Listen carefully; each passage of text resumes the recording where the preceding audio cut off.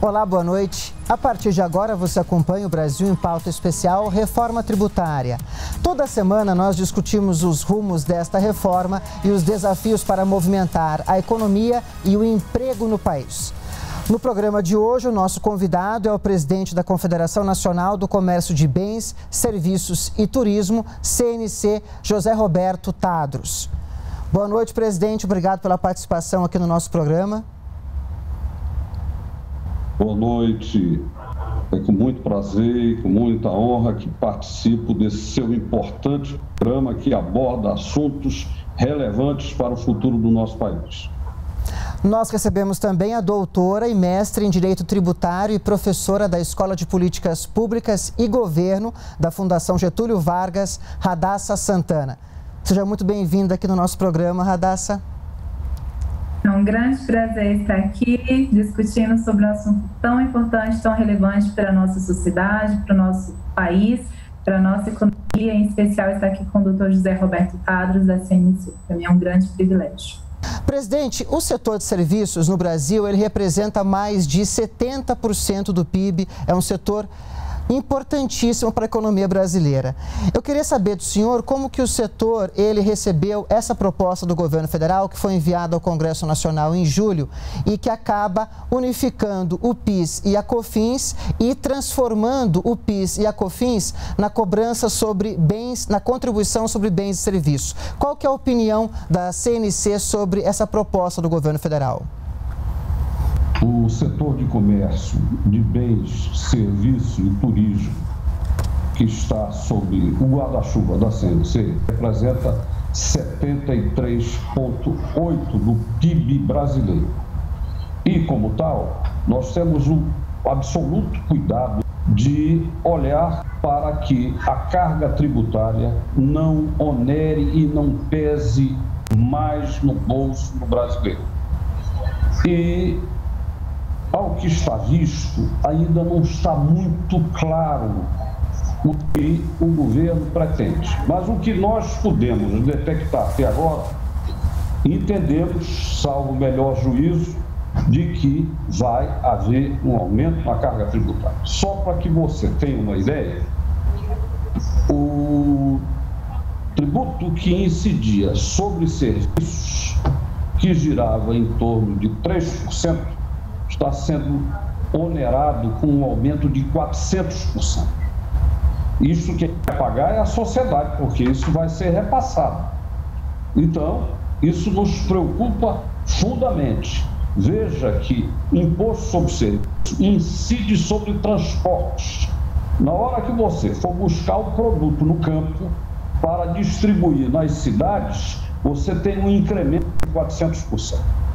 Vai onerar internamente e externamente, na hora em que você precisa desesperadamente incrementar o turismo no país, que nós, com 210 milhões de habitantes, 8 milhões e meio de quilômetros quadrados, temos a floresta amazônica, a Mata Atlântica, o Pantanal Mato-Grossense e a Serra Gaúcha, nós recebemos menos turistas que o Uruguai.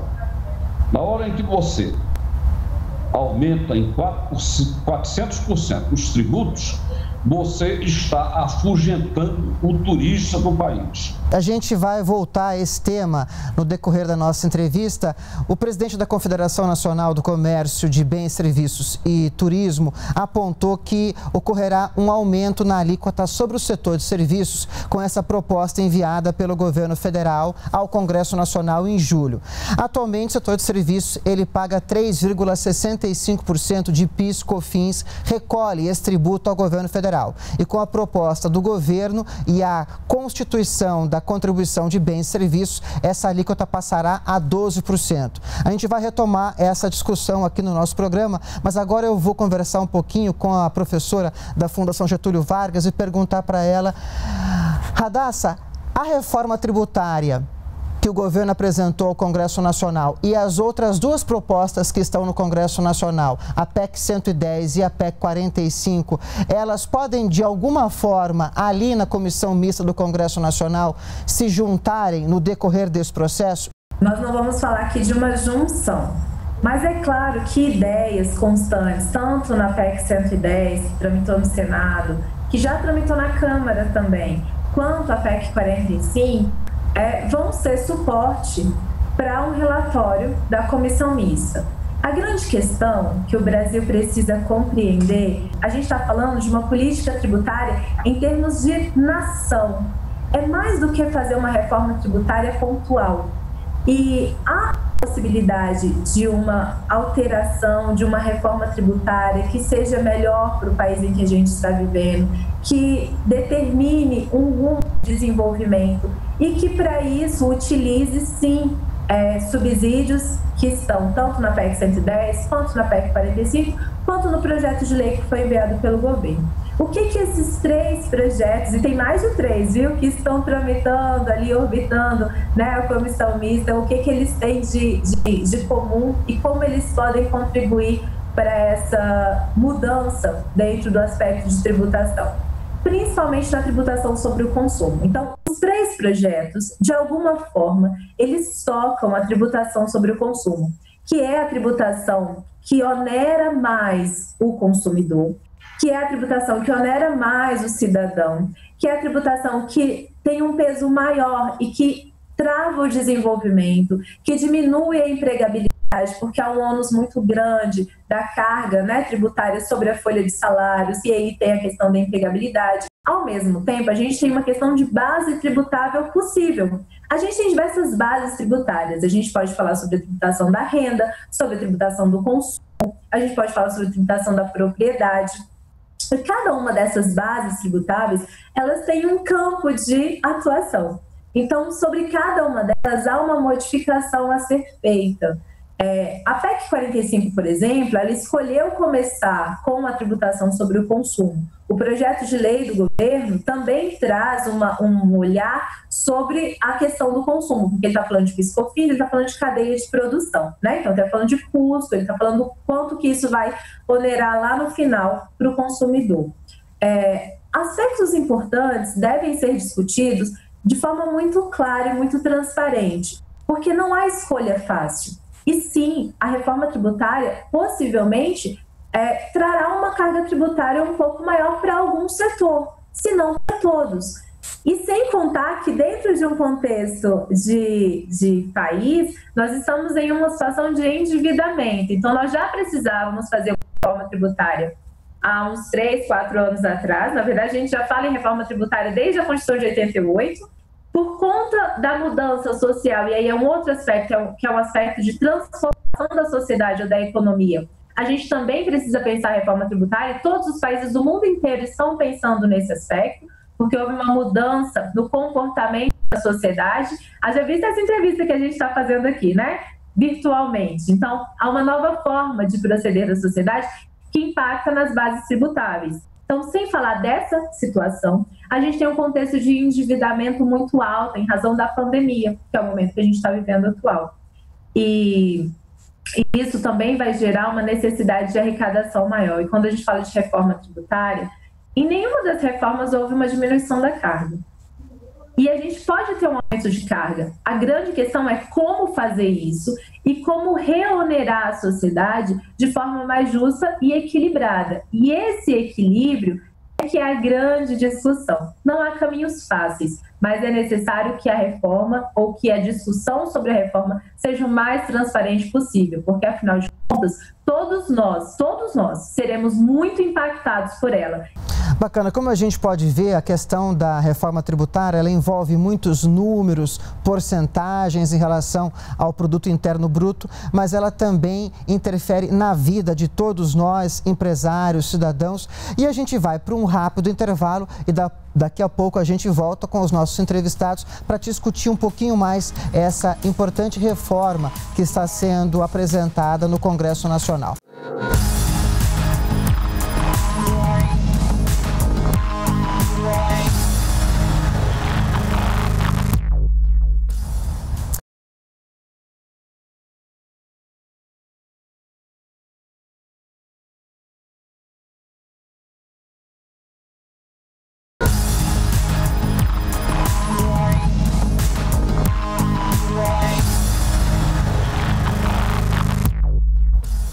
Nós voltamos com o Brasil em Pauta Especial. O tema é a reforma tributária. E no primeiro bloco nós discutimos um pouco a proposta apresentada pelo governo federal ao Congresso Nacional em julho e também a questão de como é importante ocorrer uma reforma tributária no país. E eu volto nesse bloco conversando com o presidente da Confederação Nacional dos Bens, Serviços e Turismo. E eu queria conversar com ele um pouquinho sobre a questão de como que é cobrado os impostos no país.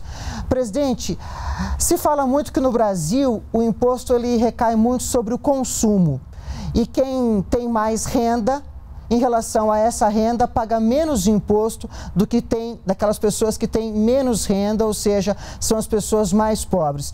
O senhor acha que uma reforma tributária no Brasil, ela poderia deixar de tributar o consumo ou diminuir um pouco a tributação sobre o consumo e passar a tributar, por exemplo, a renda das pessoas, o patrimônio, a herança? Como é que o senhor vê essa questão específica, já que o senhor representa um setor que promove bens e serviços e são bens e serviços que são consumidos pela população? O sistema capitalista, que funciona bem em outros países, a visão é muito clara. É a distribuição da riqueza. Por exemplo, agora estão onerando os serviços. Veja, na hora em que você tributa os serviços, você está tributando o transportador da produção agrícola que vai ser distribuído nas cidades para o consumo da população de um modo geral. Então, você está tributando, com toda certeza, as populações mais pobres. Então, é muito difícil você aumentar a carga tributária e esta carga não atingir a todos os segmentos e estratos sociais. Então, há que se ter muito cuidado.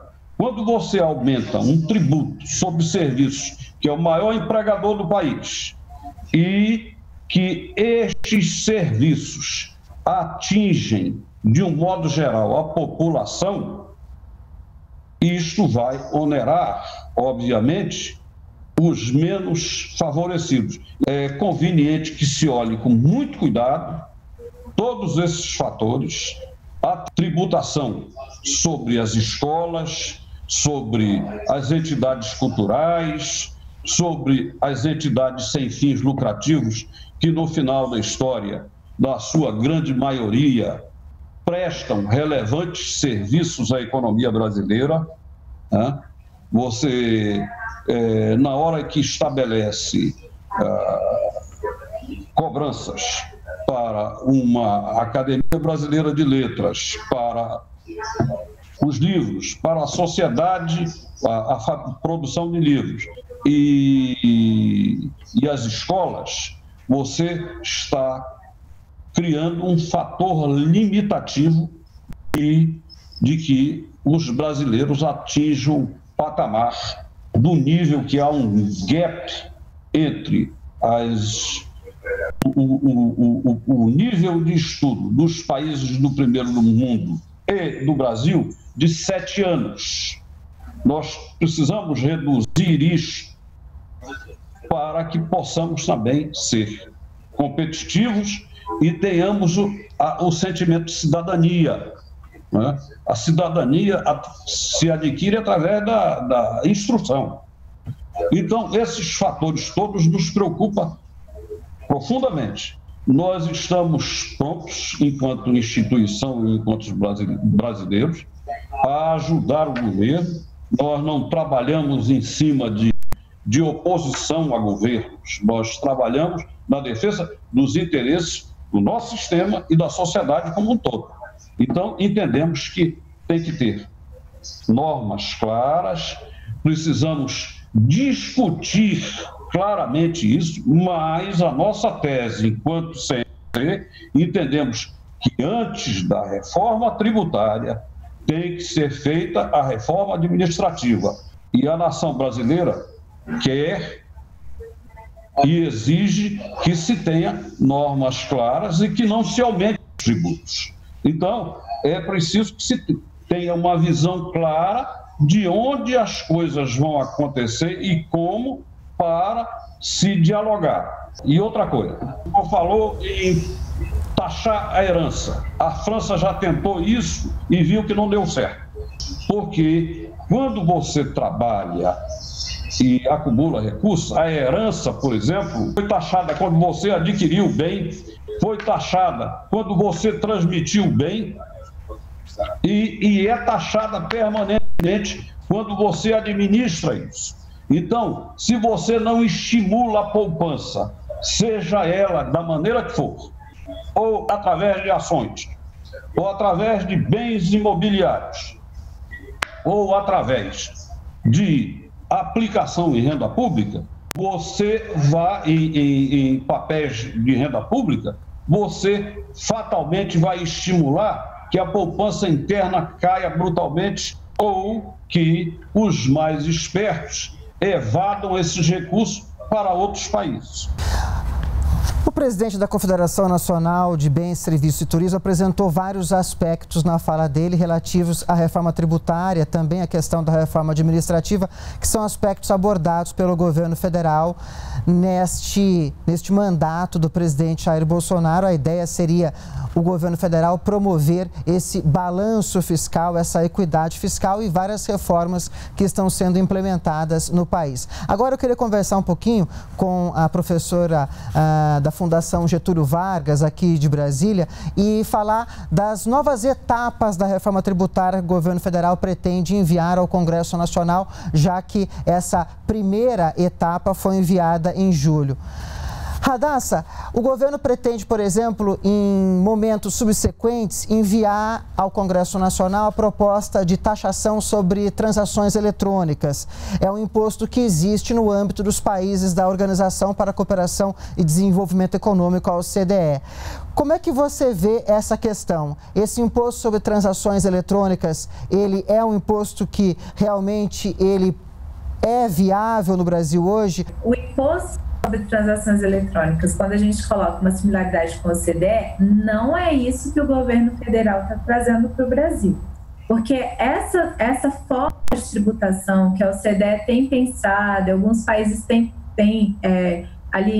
caminhado para a implementação disso, tem relação com as gigantes da tecnologia. Então, é uma outra situação. O Brasil também precisa tributar e começar a compreender a tributação sobre o que a gente chama do ambiente tecnológico, né, do ambiente digital e como funciona o nosso mercado digital, que é uma base tributável muito ampla e que, como eu falei no primeiro bloco, a gente tem uma mudança de comportamento social e não necessariamente a lei, ela vem antes do comportamento, a lei vem depois. Então, primeiro muda-se a sociedade, muda-se o comportamento e daí a lei vem para regulamentar isso. Então, o que acontece? O nosso sistema tributário, ele foi baseado no Código Tributário Nacional, que é de 1966. Então, ainda que a Constituição de 88 tenha alterado, há fundamentos que são do Código de 66. De uma situação, de um contexto de economia que não tinha nada de digital. A gente mudou essa base. Esse imposto sobre transações financeiras que o governo traz é a tentativa de desonerar a folha de pagamento e daí tem um outro contexto de diminuição de custo e uma base tributável que é um pouco diferente do que a gente está ali na OCDE. Mas isso seria uma outra discussão, talvez mais longa, a gente pode falar sobre isso em um outro momento. Só de forma simples, não é igual e, sim, é possível que venha um imposto sobre transações financeiras. A gente está pensando, né, existem diversos especialistas pensando como isso seria a volta da CPMF, porque é um tributo que ele é simples de ser arrecadado, verdade, mas ele não traz justiça fiscal. A gente tem a simplicidade para tratar a reforma tributária e a gente tem a justiça fiscal. Muitas vezes a gente acha que vai vir juntinho, mas não vem. Quando a gente fala de simplificar a arrecadação, não necessariamente a gente traz justiça fiscal. Porque a CPMF, ou o Imposto sobre Transação Digital, seja como for, ele é um imposto que ele vai incidir, de alguma forma, cumulativamente. E ele não vai olhar a quantidade a sua capacidade contributiva.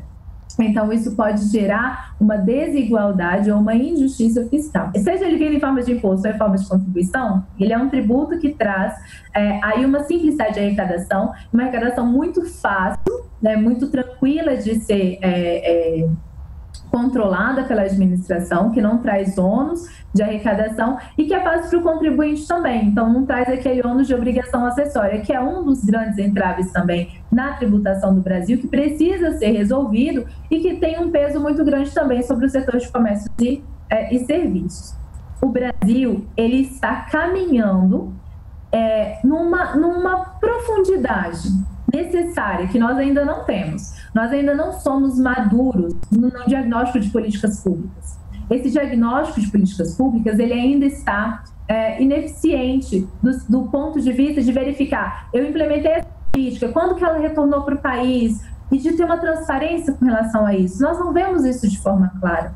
Então, nós precisamos caminhar com relação a isso. As partes é o Estado e a sociedade. E a gente precisa compreender que o Estado, no sentido de governo, ele vai caminhar junto com o cidadão. Nós não somos separados.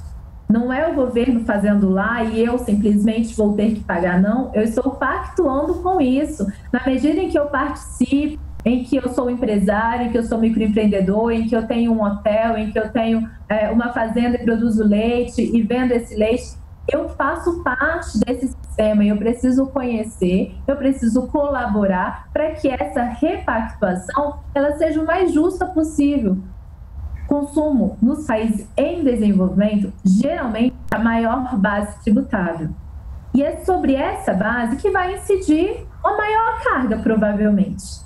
A renda também é uma base tributável possível. E no Brasil, a tributação sobre a renda precisa ser repensada.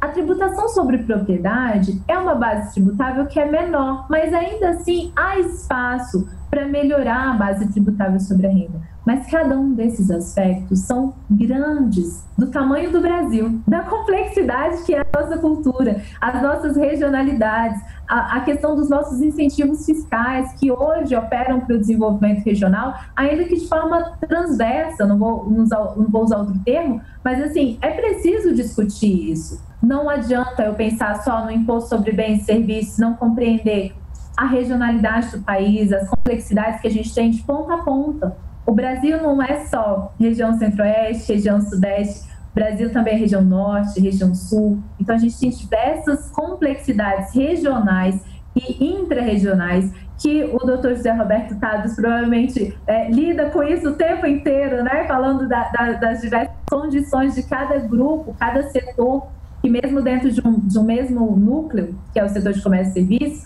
ainda assim há muitas diferenças para cada região. Então, a reforma tributária ela precisa ser pensada em termos de política tributária nacional e permanente. Há que se ter um acompanhamento permanente. Não é possível a gente fazer uma reforma tributária e não pensarmos mais nisso.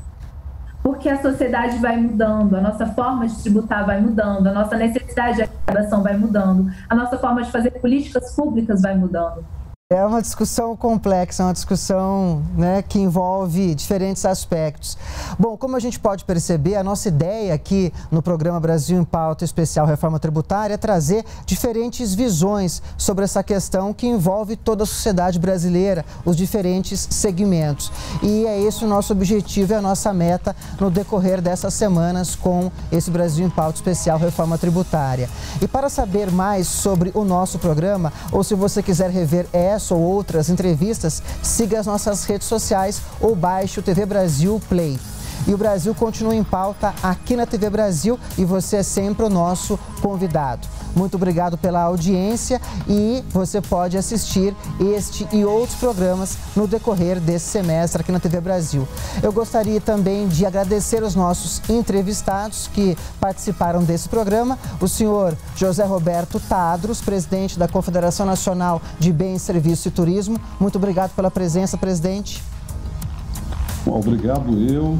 Fiquei muito honrado com o seu convite e adorei trocar ideias com você e com a professora Radassa.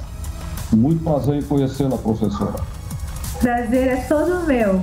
Obrigado. E eu também agradeço a você, Radassa, pela participação, Radassa Santana, professora da Escola da Fundação Getúlio Vargas, aqui em Brasília, Escola de Políticas Públicas e Governo. Muito obrigado pela participação, Radassa. Eu que agradeço. A gente está aqui com a intenção de realmente contribuir para a mudança e para uma mudança que seja efetiva, que seja boa para toda a sociedade e para colaborar. Muito feliz com a discussão, muito honrada de poder estar dividindo esse espaço com o Dr. José Roberto Quadros e com você, Paulo. Então, muito obrigada pelo convite. Agradeço também a nossa audiência. Muito obrigado. Então é isso, gente. A gente continua aqui no TV Brasil e se encontra durante esse semestre no Brasil em Pauta especial Reforma Tributária. Até mais.